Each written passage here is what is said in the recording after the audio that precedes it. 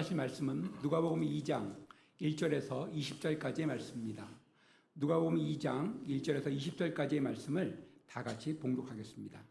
그때 가이사 아구스토가 영을 내려 천하에다 호족하라 하였으니 이 호족은 구레노가 수리아 총독이 되었을 때 처음 한 것이라.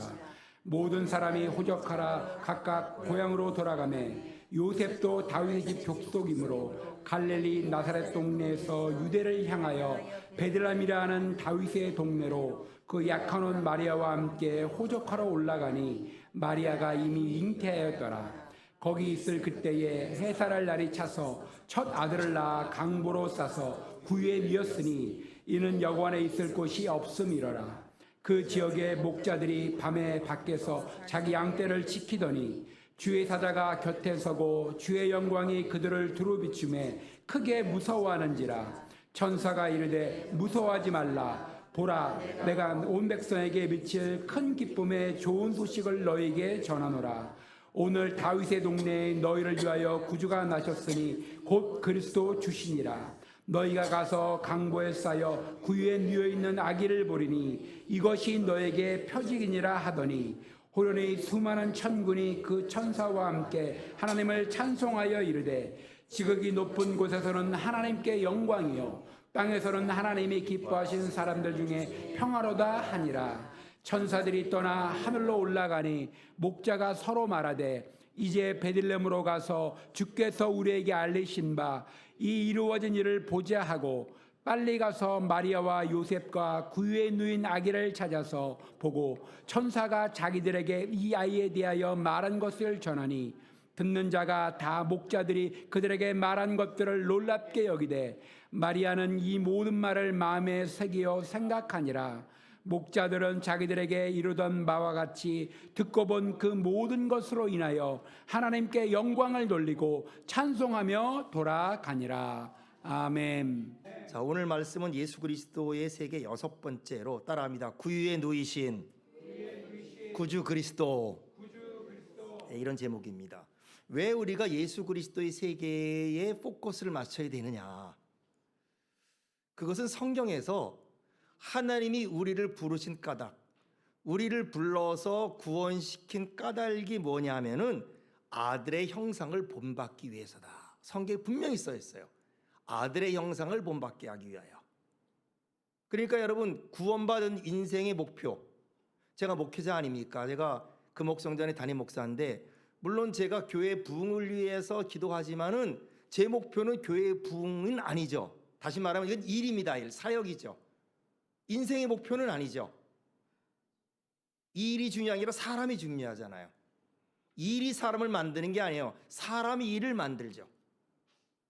그러니까 우리의 목표는 일이 아닙니다. 우리는 어떤 사람이 되느냐가 중요한 거예요. 어떤 인생이 되느냐, 어떤 삶을 사느냐. 성경은 우리의 목표를 뭘로 잡느냐? 아들의 형상을 본받는 것이다. 예수 그리스도를 본받는 것이다. 그러니까 교회가 커도 예수 그리스도를 안 닮을 수 있고 교회가 작아도 예수 그리스도를 닮을 수 있죠. 그러니까 저나 여러분이나 교회의 목표가 정확해야 됩니다.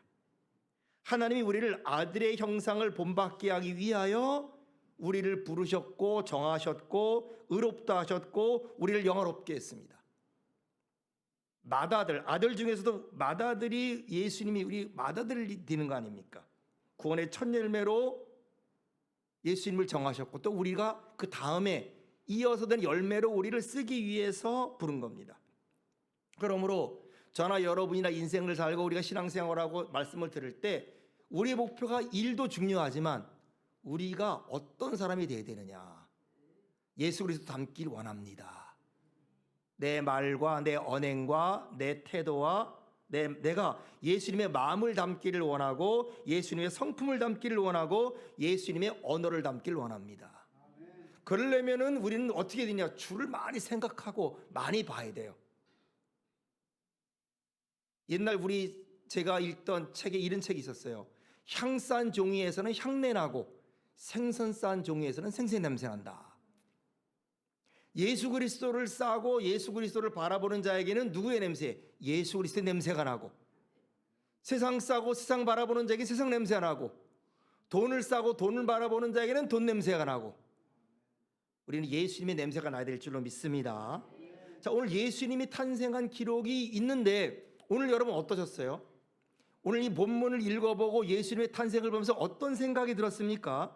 우리가 보통 세상에서 어떤 신동이 태어났다, 어떤 역사에 큰 영향을 주는 어떤 영웅이 태어났다, 뭐 이럴 때 주로 세상을 뭐라 그러니까 어떤 징조가 있다, 하늘에 큰 이상이 있다, 특히 또 그 사람은 일반 사람과 전혀 다른 어떤 특별한 모습이 있다, 뭐 이런 전설이 많은데 오늘 본문은 아닙니다. 예수님 태어날 때 마리아와 요셉, 그리고 예루살렘, 그리고 빈방, 그리고 구유, 짐승의 구유, 아무 어떤 특이한 모습, 어떤 특별한 모습이 없어요. 자연스럽고 역사적이고 따라가고 우리가 똑같이 경험하는 그런 상황, 그런 속에서 예수님이 태어났습니다. 여러분, 예수님은 특별 대우를 받지 않으셨어요. 잊지 말아야 돼요. 너무 특별 대우 좋아하지 말길 바랍니다. 예수님이 이 땅에 오셨어요. 하나님의 아들로 우리 인류를 구원을 왔는데 그분의 세계는 특별 어떤 대우를 받고 온 분이 아니었다. 그런 삶을 살았어요. 이것이 하나님의 아들이 이 땅에 오신 모습임을 우리가 잊지 말아야 돼요. 자, 오늘 본문 1절 2절을 보니까 그때에 가이사 아구스도가 영을 내려 천하로 다 호적하라 하였으니 이 호적은 구레뇨가 수리아 총독되었을 때에 처음한 것이라고 기록됐습니다. 이 아구스도 로마의 최초의 황제입니다. 시저의 양아들이에요. 이름이 옥타비아누스입니다. 이 옥타비아누스가 로마를 나는 평정하고 존엄자라는 아우구스투스라는 칭호를 받으면서 로마 최초의 황제가 됐어요. 팍스 로마라는 말이 이때부터 시작했습니다.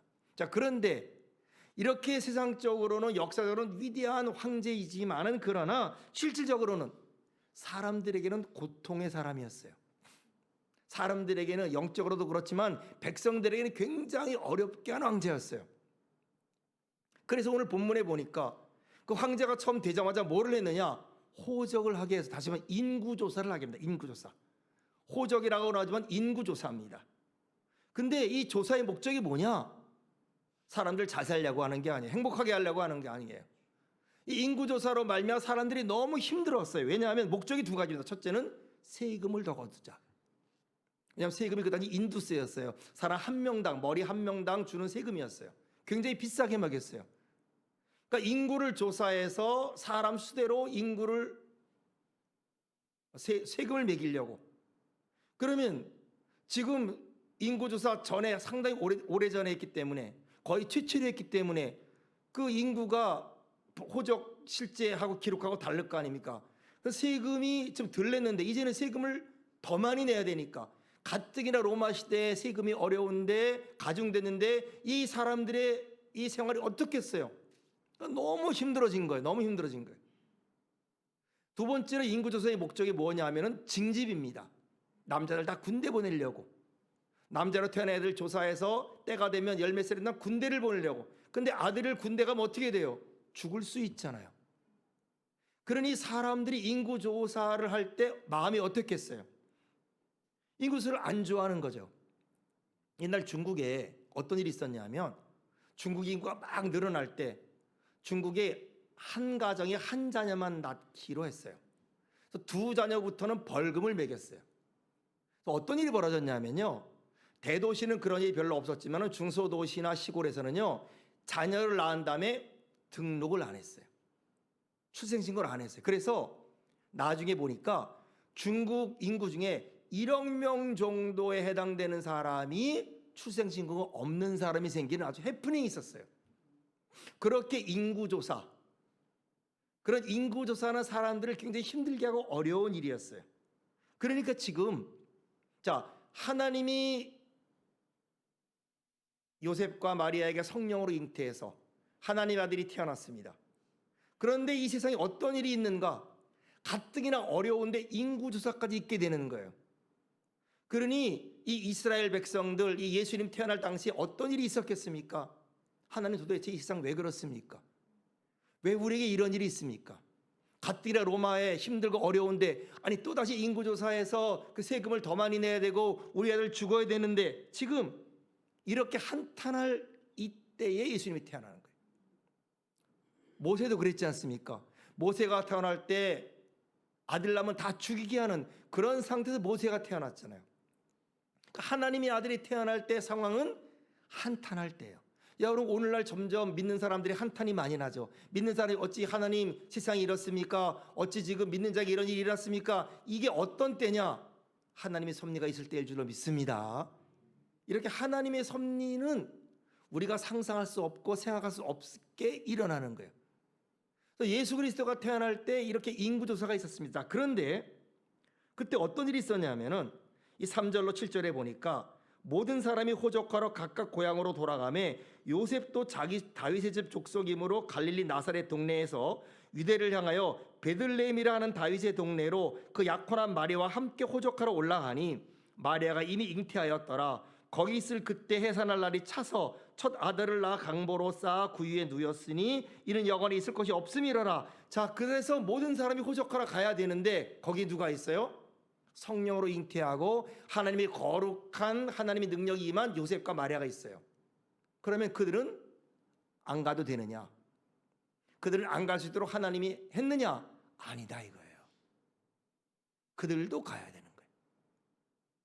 억지로 가야 되는 거예요. 그것도 정상의 몸이 아니에요. 해산할 날이 얼마 안 찼어요. 그들은 어디 살았습니까? 갈릴리 나사렛 살았어요.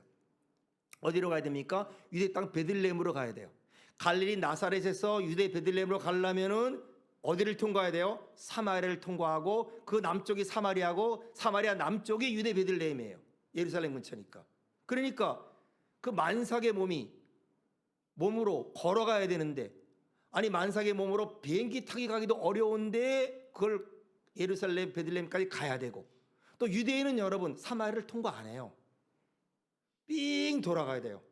사마리아를 지나지 않고 삥 돌아가지고 유대 베들레헴까지 갈래니 이 길이 얼마나 어렵고 척박하고 힘든 길이었겠습니까? 지금 갈 이유가 없는데, 그러나 억지로 베들레헴이 본적이라, 이 다윗의 자손의 본적이 베들레헴이라 베들레헴으로 갈 수밖에 없는 상황이에요. 여러분, 우리가 인생 살 때 그런 게 있어요. 내가 하나님의 사람이고 내가 구원을 받은 사람인데, 아니 내가 왜 이런 사람하고 함께 일해서, 왜 이런 일 속에 내가 있어서 내가 왜 이런 일까지 해야 되고 왜 이런 시간까지 했는가? 아, 좋은 일 있고 좋은 사람 붙이면 얼마나 좋겠습니까? 그런데 정말 이상한 사람 만나가지고 아주 힘든 일을 당하는 거예요. 억지로 해야 돼요. 하기 싫은 일을 해야 돼요. 가기 싫은데 가야 돼요. 그런데 이게 우연이냐? 아니었다는 거예요. 왜 이런 일이 벌어졌느냐? 하나님의 뜻이 이런 일이 있어야 이루어지는 거예요. 본문을 적용하면 예수님이 어디서 태어나야 되죠? 베들레헴에서 태어나야 되는 거예요. 베들레헴에서. 구약성경 미가서 5장 2절에 이런 예언이 있습니다. 베들레헴 에브라다야, 너는 유다 족속 중에 작을지라도 이스라엘을 다스릴 자가 네게에서 네게로 나올 것이라. 그의 근본은 상고의 영원에 있느니라. 이 말씀에 의하면 예수님은 베들레헴에서 태어나야 돼요. 근데 언제부터 예정되어 있습니까? 상고의 영원 전부터. 그러니까 창세 전부터 예수님이 베들레헴에서 태어나게 되어 있는 것입니다. 그러므로 뭐예요? 호적을 하게 되고, 이 만삭 때 호적을 하게 되고, 그래서 반드시 가야 되는, 억지로라도 갈 이유가 없는데 결국은 가게 만드는 이 일로 인해서 하나님의 섭리가 이루어지는 거예요. 우리 인생 가운데 이런 일이 얼마나 많은지 몰라요. 아니 대체 도대체 세상이 어쩌려고. 여러분, 세상이 조금 심한 말로 하면 미친 것 같아. 미쳐 돌아가는 것 같아. 정치도 경제도 뭐 문화도 마약도 중독도 전쟁도 날씨도, 여러분, 예? 날씨도 이게 거의 미쳐 돌아가는 것 같아. 여러분, 미국에는 지금 제가 있던 곳에 그 밑에 캘리포니아는요, 서울 면적의 3배가 불이 탔어요. 서울 면적에. 여의도 면적이 아니에요, 여러분. 서울 면적의 3개에 대한 산이 불이 탔어요. 그러면 그 불 면적이 얼마겠어요? 그 연기, 그 집이 타고 사람이 무너지고, 서울 면적의 3배. 엄청난 겁니다, 여러분. 브라질은 뭐 말할 것도 없고 지금 그린랜드에 빙하가 녹고 중국에 홍수가 얼마나 나는지 여러분 유튜브 가끔 보셨죠? 정말 홍수가 이거는 그냥 물이 아니라 이거 재앙이 아니에요. 이거는 미국 말로 crazy입니다. crazy. 도대체 왜 이런 거야? 왜 세상이 이래? 또 우리에게도 왜 내게 이런 일이 있어? 다른 사람 안 그런데 왜 내가 굳이 이 일을 해야 되고 왜 이것 좀 억지 같고 안 해도 될 것 같은데 왜 이래야 되느냐? 하나님의 움직임이라는 거예요. 하나님의 뜻을 이루기 위해서 이런 움직임이라는 거예요. 그러므로 여러분 우리 믿음의 사람은 좀 초연할 필요가 있어요.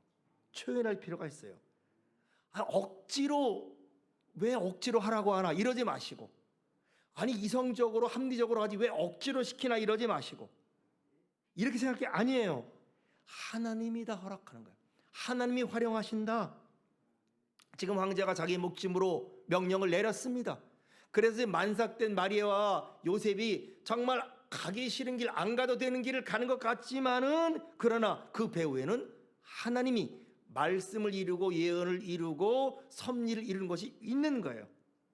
그러므로 여러분 사람이 이 땅을 살아갈 때 가장 힘들게 살아가는 사람이 누구냐 하면은 이런 거예요. 나는 내가 이해되고 납득되는 것만 합니다. 이런 사람이에요. 나는 내가 이해되고 납득되고 내가 감동되는 것만 하겠습니다. 공감이 되어야만 순종하겠습니다. 여러분 이런 사람은요 정말 인생을 힘들게 살아가는 거예요. 이해가 안 되고 납득이 안 되고 공감이 안 돼도 이게 말씀을 이루는 것일 수 있고 하나님의 뜻을 이루는 것이 있기 때문에 하나님이 내 인생을 주관하시고 내 삶을 이끌어가기 그러니까 뭔가 하나님의 뜻이 있겠지 뭔가 하나님의 뜻이 이루어지겠지 따라가는 게 여러분 중요해요. 인생은 억지로 사는 게 아닙니다. 믿음 안에서 주의 인도함을 받고 따라가는 삶이 바로 믿음의 삶인 줄로 믿습니다. 우리 너무 좁게 생각해요. 시간도 내가 생각하는 시간 안에 이루어져야 돼요. 하나님 내가 한 달간 기도하겠습니다. 한 달간 기도해서 응답이 안 되면 안 되는 걸 알겠습니다. 올해 안에 이루어지지 않으면 저 안 하겠습니다. 여러분 그거 아니에요. 하나님의 뜻은 하나님의 때에 이루어져요. 하나님에 의해서 이루어져요. 우리가 잘 아는 그 조지 물러라는 분 있잖아요. 5만 번 기도에 응답을 받았다는 조지 물러의 그 일대기를 보면 그분이 가장 열심히 기도한 5명이 있었어요. 절친입니다. 정말 다른 사람은 몰라도 이 사람만큼 반드시 구원해서 예수님 믿고 구원받아야 되겠다고 하는 이 5명을 위해서 52년간을 기도했어요. 52년. 그러니까 얼마나 절친입니까? 3명은 하나님의 응답을 주셔서 이 조지 밀러가 죽기 전에 구원을 받았어요. 한 사람은요 안 믿다가 마지막 그의 은퇴 설교 때 그 감동을 받고 예수를 믿었어요. 그럼 한 사람 남았죠. 조지 밀러 죽었는데 안 믿었어요. 그리고 그의 장례식도 안 왔어요. 그러니 조지 밀러가 그렇게 기도했는데 아니 주님 내가 그렇게 기도했는데 다른 거 응답되는데 왜 이걸 응답 안 됩니까? 이럴 수 있는 건 아닙니까? 그런데 그의 죽고 난 다음에도 응답이 안 됐고 그리고 장례 때도 안 왔어요. 그런데 어떤 일이 벌어졌느냐? 참 이게 하나님의 섭리가요. 친구들이 말하는 거예요. 야 조지 밀러가 그렇게 많이 기도했는데 참 너 신기하다. 아니 너만 어떻게 안 믿냐? 다른 사람 다 믿고 5만 번 기도 응답 받았는데 야, 그 4번째는 마지막에 믿었는데 야, 너는 참 신기하다. 왜 너는 안 믿는지 모르겠다. 라고 말했는데 그때 그가 찔 맞았어요. 그래서 믿었어요, 여러분. 신기한 일 아닙니까? 친구들이 농담삼아 말한 거예요. 야, 참 넌 별종이다. 너 신기하다. 다른 사람 다 되는데 왜 너만 안 되냐? 라고 하는 순간에 갑자기 그에게 뭐가 꿈틀거린 거예요. 그런데 어떤 일이 벌어졌냐면요. 제일 그렇게 믿은 그 사람이요 제일 뜨거워졌어요. 그래서 다니면서 설교하는 순회 설교자가 됐어요. 근데 이분이 설교한 건 하나였어요. 여러분 조지 뮬러가 살아있는 동안에 하나님이 다 응답합니다. 남의 거 팔아먹은 거예요. 조지 뮬러 기도한 게 이게 응답되고 저게 응답됐습니다. 쭉 나열해주고 맨 마지막에 최후의 기도 응답이 접니다. 그런 거예요. 내가 살아있을 때 예수 안 믿다가, 그가 살아있을 때 예수 안 믿다가 마지막 기도가 이렇게 응답됐습니다. 그러므로 기도한 것도 응답됩니다. 사람들이 아멘한 거예요. 그래서 사실 조지 뮬러가 더 많이 유명하게 된 것이 사실 그 사람 때문입니다. 그 사람이 5만 번 기도 응답받았다고 그렇게 얘기한 것이 많은 사람에 퍼져가지고 조지 뮬러가 5만 번 응답된 것을 퍼지게 된 게 이분이 그렇게 한 거예요. 그러니까 살아있는 동안에 그렇게 하나님 왜 다른 걸 응답했는데 저 친구는 응답 안 됩니까? 이건 뭐예요? 내 생각이었다 이 말이에요. 자기 생각이었다 이 말이에요. 죽고 난 다음에 예수를 영접한 이 마지막 친구가 전국 달아다니면서 가장 큰 강력한 증거자가 되어서, 설교자가 되어서 많은 사람들 주께로 인도하기 위한 이 하나님의 섭리가 바로 조지 밀러 일대기에 나옵니다. 그러므로 여러분 투자할 것이 없어요. 기도하고 잊어버려도 돼요. 기도하고 구한 거 받은 줄로 믿으라 그랬어요. 기도하고 우리가 굳이, 여러분 기도가 우리 얼마나 많이 합니까? 일일이 어떻게 기억해요? 기도한 것 잊어버려도 돼요. 그러나 우리는 믿는 거예요. 하나님이 하나님의 때 응답할 줄로 믿습니다. 지금 마리아의 입장을 보세요. 임신했습니다. 출산을 앞두고 있어요. 여러분 성령으로 잉태했어요. 하나님의 은혜를 받았어요. 남자를 알지 못하는 여인에게 잉태를 했고 하나님의 거룩한 능력이 임했습니다. 그런데 갑자기 뭐예요? 애 낳을 때가 됐는데 호정령이 떨어졌어요. 그래가지고 그것도 옆 동네 베들레헴까지 가야 돼. 베들레헴 가야 되는데 중간에 사마리아가 있어요.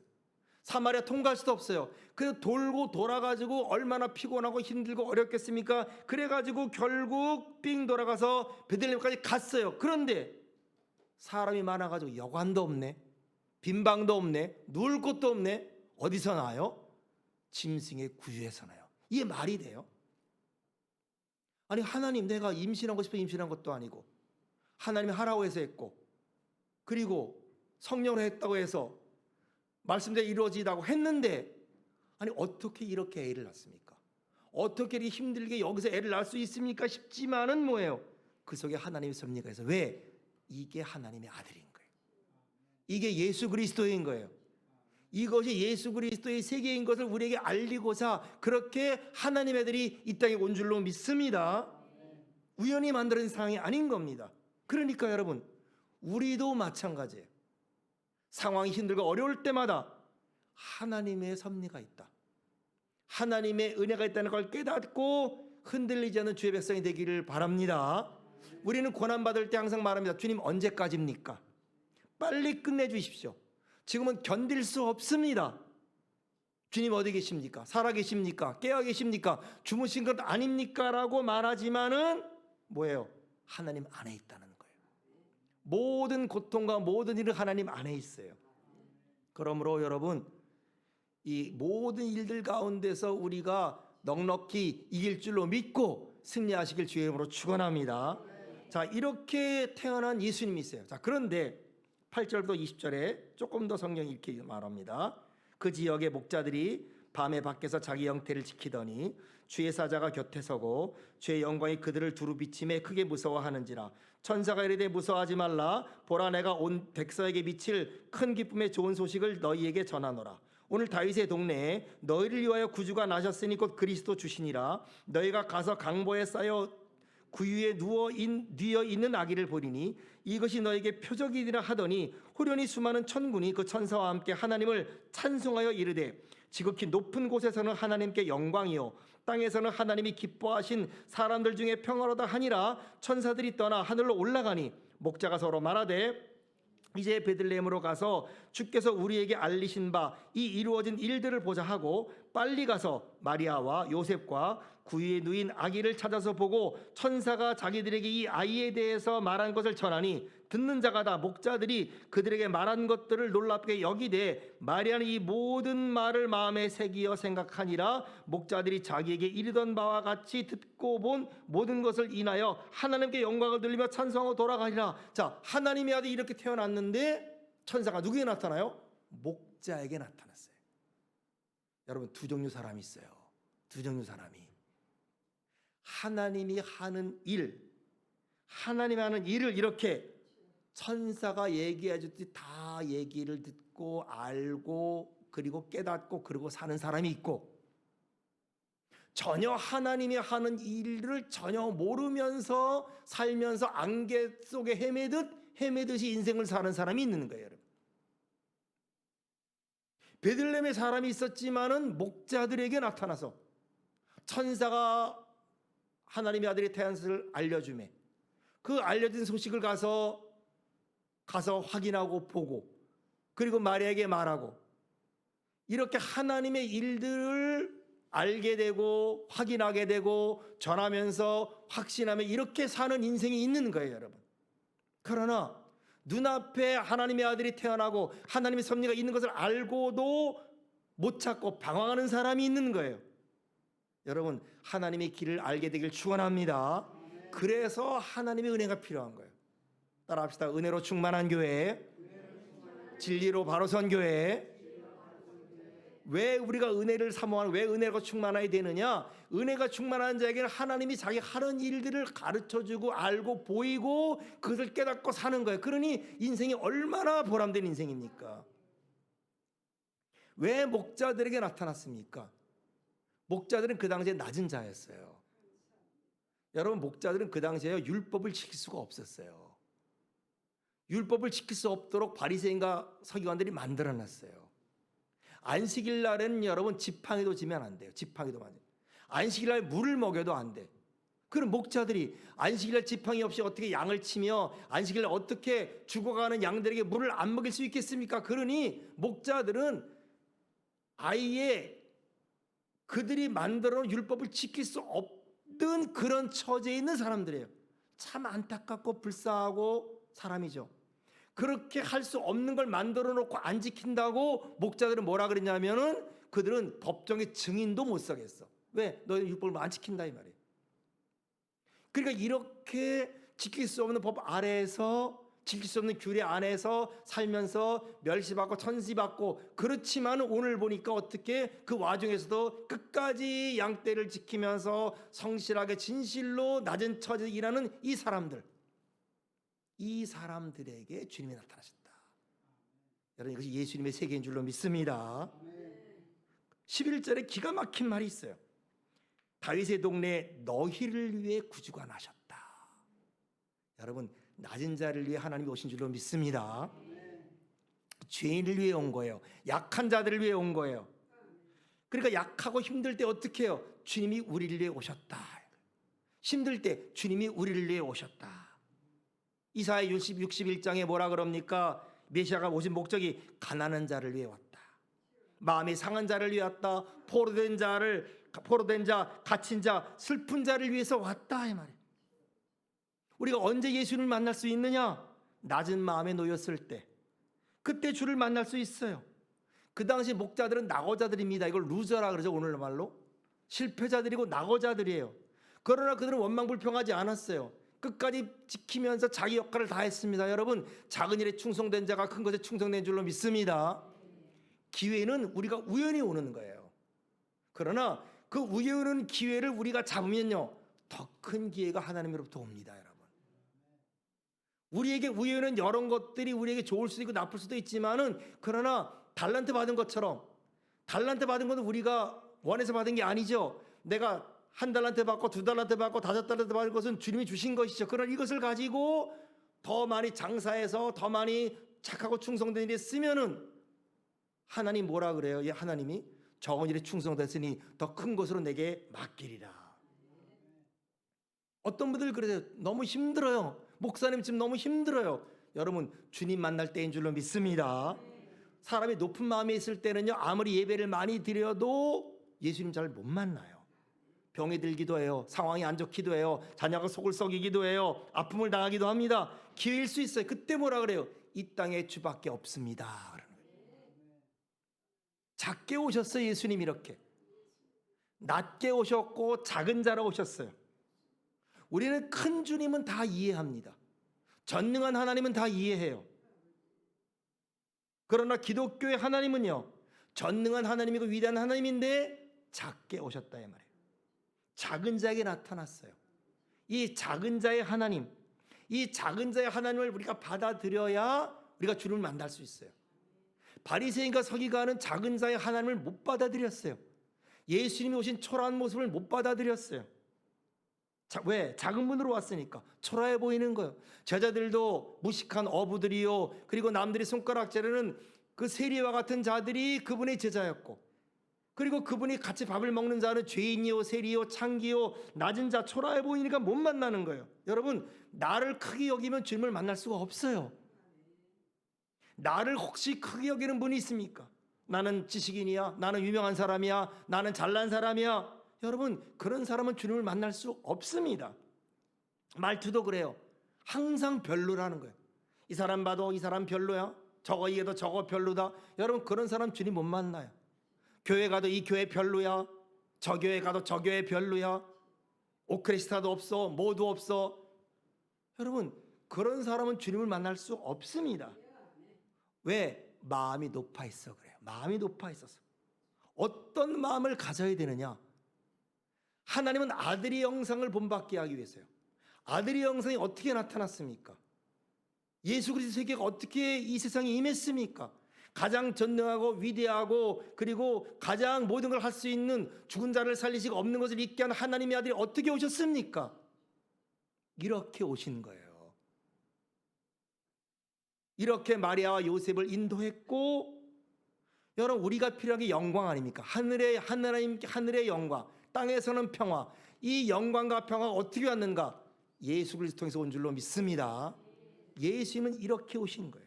낮은 자리에 있을 때 하나님의 성령이 임하기를 축원합니다. 안개가 다 거치고 우리가 안 보이는 게 보이게 되는 이런 축복이 있기를 축원합니다. 자, 말을 맺습니다. 예수님의 세계입니다. 예수님의 시작입니다. 별 게 없다. 베들레헴에서 오셨어요. 여러분, 예수님의 첫 기적이 어디 있었죠? 가나에 있었어요. 예루살렘도 아니에요. 나사렛도 아니에요. 가나는 예수님과 관계가 없어요. 별 볼 일 없는 가나에서 첫 기적이 일어났어요. 이걸 우리가 알아야 돼요. 베들레헴, 작은 시골입니다. 예루살렘이 아닙니다. 그것도 억지로 간 예루살렘이에요. 방도 없었어요. 짐승의 구유에서 그렇게 태어난 예수님 옆에 있었던 것은 천사와 목자들밖에 없었어요. 베들레헴, 빈방, 구유, 목자, 얼마나 초라하고 얼마나 미미합니까? 그러나 이것이 예수 그리스도의 시작이었어요. 여러분, 미미한 시작에서 찬란한 미래를 발견하기를 축원합니다. 사람을 봐도 그렇게 봐야 돼요. 지금 별거 없어요. 가진 게 별거 없어요. 능력도 별로 없는 것 같아요. 그러나 2년이 5년, 10년 지난 다음에 엄청난 미래를 가질 사람이구나. 예수님이 베드로에게 뭐라 그래요? 네가 지금은 시몬의 아들이지만 장차가 뭐가 되리라? 반석이 되리라. 반석이 되리라. 이렇게 사람을 보는 거예요. 사업도 마찬가지입니다. 신앙도 마찬가지입니다. 교회도 마찬가지예요. 직장도 마찬가지입니다. 지금은 별거 없어요. 시장은 별거 없습니다. 여러분, 염려하지 마시길 주의 이름으로 축원합니다. 우리의 삶은 위대해질 거예요. 주님을 따라가다 보면 위대해질 줄로 믿습니다. 신앙의 자신감이 중요해요. 똑같은 일도 의심하면서 불평하며 가는 사람이 있고, 영적 자신감, 믿음을 가지고 가는 사람이 있습니다. 믿음을 가지고 확신한 사람이 가는 겁니다. 여러분, 미래는 누구도 가보지 못했어요. 저도 가보지 못했고 여러분도 가보지 못했어요. 미래 가본 사람 아무도 없습니다. 자신감을 가진 사람, 확신을 가진 사람, 믿음을 가진 사람, 꿈을 가진 사람 든든하게 디딜 줄로 믿습니다.